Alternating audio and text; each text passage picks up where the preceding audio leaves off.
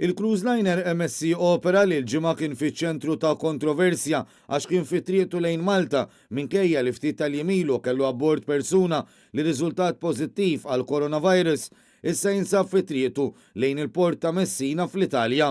Kienet il-kumpanija li tmexxi dawn il-cruise liner stess li ħabbret din il-bidla fid-destinazzjoni wara li l-Gvern Malti il-ġimgħa qabel li l-vapur m'għandux jidħol fl-ebda port ta' pajjiżna.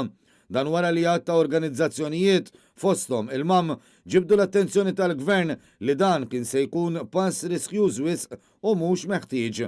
Fil-fatt l-Assoċjazzjoni Medika qalet li kienet lesta ssejjaħ azzjonijiet industrijali lil membri tagħha għax ridet tipproteġi lin-nies fil-waqt li l-politiċi jirrealizzaw il-pass li kienu se jagħmlu.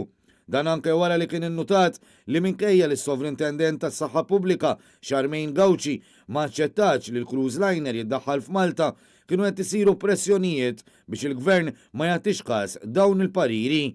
Iżda min-naħa tiegħu il-Gvern qal li ma kienx se jaċċetta l-vapur sempliċement għax tqajjem l-allarm fost il-pubbliku.